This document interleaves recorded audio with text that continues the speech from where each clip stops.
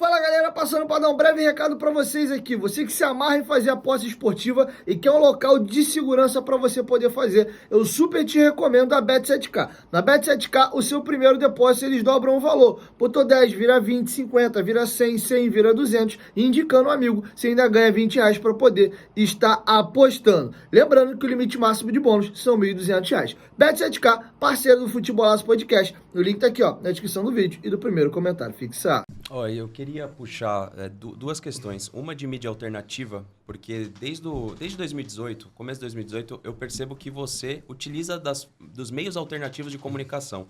Então, você não utilizou somente, posso chamar de você, inclusive? Fique à vontade.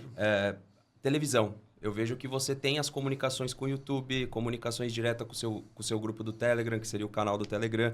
E hoje é histórico para a gente estar de frente ao presidente da República, justamente porque é um movimento muito novo. Então, como que você enxerga essa forma alternativa? Se eu não me engano, ontem também você abriu uma Reunião, possibilidade, né, de alguns canais entrarem em contato. Como que você vê isso perante a uma possibilidade de censura com esse meio alternativo? Você tem que ver um pouquinho de história. Quem eu era, né? Até 2018. Era um deputado do Baixo Clero. Era um jogador de um time da segunda divisão, tá? Que foi ser campeão da Série A. E como nós chegamos lá? Via uma novidade, mídia alternativa. Quem foi meu marqueteiro? Carlos Bolsonaro. Né? Onde a gente fazia nossos programas, nossas lives. Pegou o que eu fiz ao longo de 28 anos como deputado, minha vida de capitão do Exército, 15 anos. Tá? Mostrando aquilo que eu tinha uma linha desde o começo. Eu nunca mudei de lado por uma questão de conveniência, tá? Mantive a minha linha. E o povo acreditou em mim.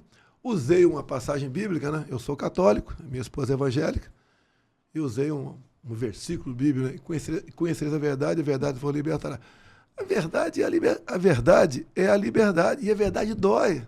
Muitas vezes você vê um colega que está em situação complicada, e você quer ajudar, mas não tem coragem de falar a verdade para ele.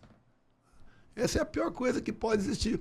E eu lembro, usando essa passagem do João 32, quantas vezes o nego chegava para mim e falava, falando a verdade, tu não vai chegar a lugar nenhum, você tem que mentir, cara. Falar que vai criar 10 milhões de empregos, 50 milhões de casas populares, vou triplicar o salário mínimo. Picanha barata. Se você não falar isso aí, tu não vai chegar. E a regra é mentir. Quem mente mais e com alguma inteligência chega. E não estou falando nenhuma mentira aqui, é verdade. É verdade. Tanto é que o pessoal fala muito para mim agora, você não pode falar sobre o que você fez, tem que falar o que você vai fazer. Mas o que eu vou fazer é a continuidade do que eu fiz até agora. Né? As pessoas querem muito o plano futuro. Muita gente vota com o estômago, vota com promessa, vota porque ele está achando que vai comer picanha todo fim de semana. Aí tem que perguntar, tem que combinar com o pecuarista, que para criar um boi é caro. Tá? E o cara acredita nisso. Né? A mentira, por exemplo, estive na região do Amazonas há pouco tempo, e estava a mesma conversa em Recife. Né? Ele se elegendo vai acabar com o Auxílio Brasil. Foi eu que criei, pô. Substituiu o Bolsa Família, que pagava em média R$190, a gente paga no mínimo 600. Por que posso pagar mais? Acabou a roubalheira. As acusações de corrupção contra mim morrem no mesmo dia. Não tem nada de concreto, nada. Você vê, o exemplo que não tem corrupção são as estatais. Davam prejuízos, comigo passou agora, o ano passado, lucro, 180 bilhões de reais.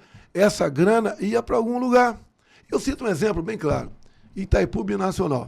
O exemplo ela é binacional, né? Mas tem a nossa parte. Vocês todos conheciam Itaipu Binacional como uma grande geradora de energia, mas nada além disso. Agora, corria solto o desmando lá. Tanto é que nós chegamos, botamos um general para ser seu presidente, e em 3 anos e meio, fizemos a segunda ponte com o Paraguai. Não é uma pinguela, é uma ponte com 500 metros de vão. Concluímos a extensão do aeroporto de Foz do Iguaçu, mais 600 metros. Não é 600 metros de pista, né? Que você vai fazer um asfalto em algum lugar, não. É uma obra cara. E hoje os aviões, eles não pousam ali, então. Pode na Argentina, nos maiores, né? Uhum. Lá não tinha capacidade para receber isso. Vai tá na parte final a Força Aérea aí, certificando a pista. O pessoal, quando pousar lá, vai ocupar a rede hoteleira de Foz do Iguaçu. Vai ocupar táxi, vai movimentar a economia do nosso lado. Você vê, nós atendemos mais de 50 municípios do entorno do Lago Itaipu com recurso nosso, obras de infraestrutura. Acabamos de asfaltar uns 50 quilômetros da tal de Boiadeira, uma estrada ali do lado que interessa para o governador do Paraná.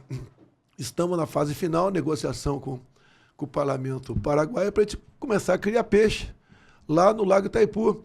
E a projeção, com a criação de tilápia lá, nós vamos aumentar em 40% o volume de peixe no Brasil. E mais ainda, como é compartilhado, tem ração. A história é longa, eu vou resumir aqui. Quando eu quero acabar com o imposto de alguma coisa, como por exemplo, acabamos agora com o imposto federal de ração para peixe. Porque quando você começar a criar peixe em grande quantidade, o volume arrecadado de imposto vai ser muito grande. Isso encarece o preço final do peixe. E eu quero peixe mais barato. O que nós fizemos? Nos antecipamos e zeramos os impostos federais para a ração de peixe. Então, você não pode falar no Brasil alguém passando fome. Por exemplo, quando você tem uma possibilidade dessa, curiosidade, a gente vai estudar. Um tamanho de campo de futebol, né? Mais ou menos 100 por 100. Vamos botar um campo quadrado aí, mas mais ou menos 100 por 100. Se você tiver um lago de 100 por 100, você por ano tira 10 a 15 toneladas de tilápia de forma artesanal.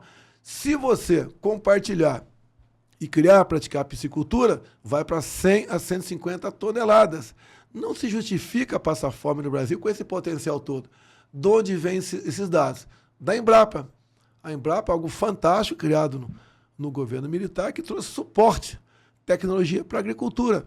A Embrapa agora, vamos daqui a 3 anos já sermos autossuficientes em trigo. Só parando por aqui, teria muito para falar só sobre o agronegócio.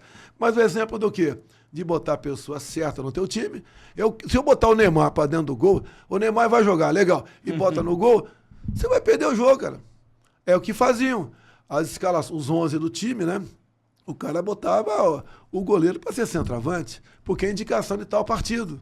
Era assim que era feita a partilha de poder. Acabava as eleições, um partido tinha 30 deputados, aquela Caixa Econômica e o Ministério tal, e desses 30 votos são teus. Era feito assim. E você lembra, 3, 4 anos atrás, era comum toda semana, tal partido ganhou mais um ministério, o outro perdeu. Por quê? O partido passou a ser mais fiel, dar um percentual mais de voto nos projetos do governo. Era assim, e era uma questão normal. Isso acabou. Você não vê mais troca de ministro, troquei alguns, mas por essa questão de pressão político-partidária. Então o time tem que dar certo. Se não fosse um bom time, o Brasil tinha afundado na economia por ocasião da pandemia.